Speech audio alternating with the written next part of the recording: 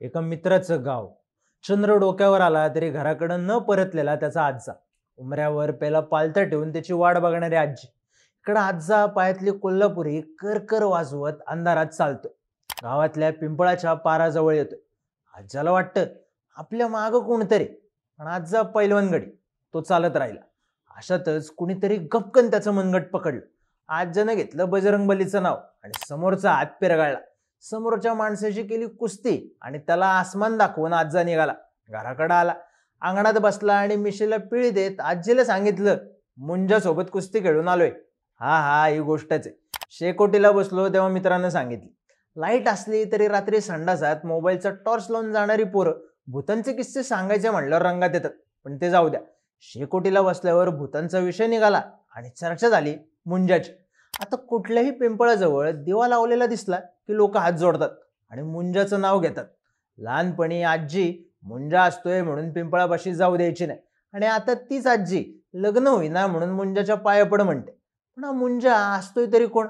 या भूताचं लहान पोरांशी काय कनेक्शन आहे तेच सांगणारा हा व्हिडिओ. निवांत बघा. स्टुडिओत बसलोय, पिंपळाच्या पारावर नाही. या मुंजाचं एक नाव आहे ब्रह्मदैत्य. इतर वेळी कसं भूतांना विभाग आणि ड्युट्या वाटून दिल्यात. म्हणजे काहींचं कार्यक्षेत्र कोकणात, काहींचं घाटांवर, काही जण बायकांच्या अंगात येण्यात एक्सपर्ट, तर काही जण फिरता फिरता गायछाप मागण्यात. पण मुंजा जातीत विभागलेल्या भूतांमध्ये येतो. अशी मान्यता आहे की हे ब्राह्मण घरातल्या लहान मुलांचं भूत आहे, म्हणूनच याला ब्रह्मदैत्य असं नाव आहे. या मागची स्टोरी आहे मुंजीची. वयाच्या 7व्या-8व्या वर्षी मुलांची मुंज केली जाते, तर लग्न होण्याआधी सोडमुंज केली जाते. लग्न होऊन गृहस्थाश्रमात प्रवेश करण्याआधी सोडमुंज हा महत्वाचा विधी असतो. ब्राह्मण घरातल्या ज्या मुलांचा मृत्यू सोडमुंज होण्याआधीच म्हणजेच अविवाहित असताना व्हायचा, त्यांचे आत्मे मुंजा बनून भटकायचे, अशी ही आख्यायिका. मुंजा अमावस्या आणि पौर्णिमेला जास्त जागृत असतो. त्याचं स्थान असणाऱ्या पिंपळाच्या झाडाजवळून एखादा माणूस, खास करून लहान मूल गेलं, कोणी पिंपळाला धक्का लावला, दगड मारला, चढायचा प्रयत्न केला, मुंजा त्याला झपाटतो. मुंजाचा शाप असलेल्या घरात वंश वाढत नाही, लग्न जुळत नाहीत, असं बरंच काय काय. गावातली जुनी खोडा असेही सांगतात की सुरुवातीला मुंज फक्त ब्राह्मण समाजामध्येच नाही तर इतर काही समाजांमध्येही व्हायची. त्यामुळं कुठेही अविवाहित मुलाचा मृत्यू झाल्यावर एका बाजूला रडणं, दुःख, आणि दुसऱ्या बाजूला लोकांच्या चर्चांचा विषय मुंजा. या मुंजाच्या भूताचं एक ॲडव्हान्स व्हर्जन सुद्धा आहे, तरुण मुंजा. याला काही काही ठिकाणी निमा असंही म्हणतात. याचा पण मॅटर सेमच. तरुण वयात लग्न न होता झालेला मृत्यू. मुंजा शरीर यष्टीनं बारक्या बाळा एवढा असला तरी हा कार्यकर्ता बलदंड असतोय. त्याची ताकद आणि वासना कोणालाच आवरता येत नाही. अशी ॲडिशनल स्टोरी माहितीसोबत फुकट मिळाली. पण मृत्यू झालेला कार्यकर्ता स्वर्गात किंवा केला असलंच एखादं कांड तर नरकात न जाता पिंपळाच्या झाडावर मुंजा बनून बसलाय, याची टीप लोकांना कशी लागली? तर कसं आहे, सोल्युशन सापडत नाही या फॉर्मॅटमधला एखादा प्रॉब्लेम आला की लोक उत्तरं शोधायच्या भानगडीत पडायचे नाहीत. अजूनही पडत नाहीत. असेल काहीतरी बाहेरचं हे लेबल लावून मोकळे होतात. म्हणजे घरातल्या कोणाचं लग्न होत नसलं, कोणाला मूल होत नसलं की घरातलं एखादं पिकलं पान. संगीच्या बापाला एक लहान चुलता होता, तो लग्न व्हायच्या आधीच मेला. त्याचा शाप असणार घराला, म्हणून वंश वाढत नाही. अशी थेरी घेऊन पुढे यायचं आणि घरातल्या माणसाला मुंजाला दिवा लावायला लावायचं. आता दिवा लावायला तर सांगितलं, पण दिवा लावायचं कुठं? तर पिंपळाच्या झाडाखाली. हे पिंपळाचं झाड कायम भूतांच्या राऊंडात का गावतंय यावर तर एक सेपरेट व्हिडिओ बनवायला पाहिजे. पण मेन मुद्दा हा होता की कारण काय?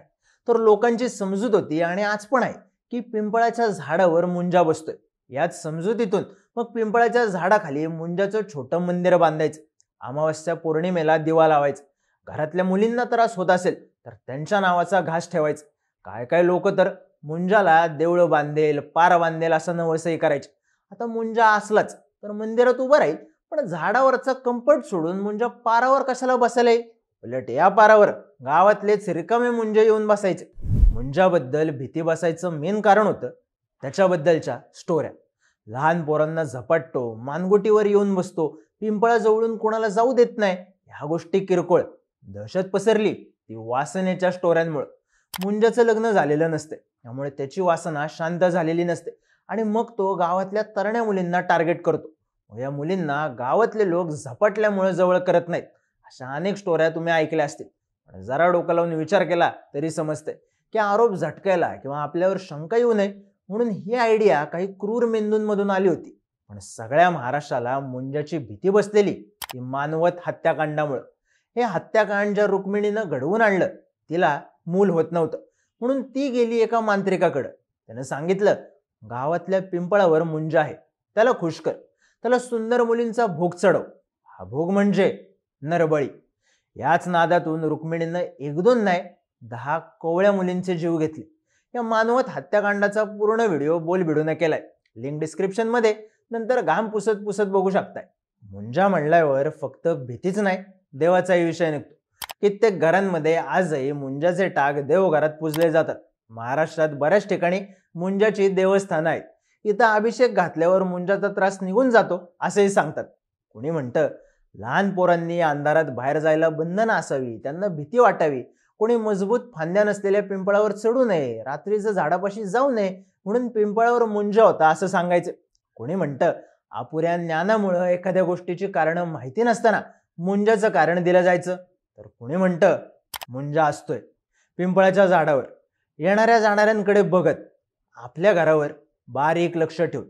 तो कुणाला घाबरवण्यापलीकडे त्रास देत नाही, पण काही चुकीचं केलं तर सुट्टी नाही. तुमचा कोणाच्या म्हणण्यावर विश्वास आहे ते कमेंट करून सांगाच. पण त्याआधी गावाकडचा पिंपळाचा पार आठवून बघा. आपल्यापेक्षा डबल वयाच्या माणसांच्या गप्पा ऐकत पारावर निवांत बसलेलो आपण. आजूबाजूला खेळणारी बारकी पोरं, मधूनच ऐकू येणारी पिंपळाच्या पानांची सळसळ आणि त्याच पिंपळाच्या झाडासमोरून जाताना अचानक मनगट पकडणारा कवळ्या चेहऱ्याचा पण भीतीदायक शरीराचा धनी मुंजा.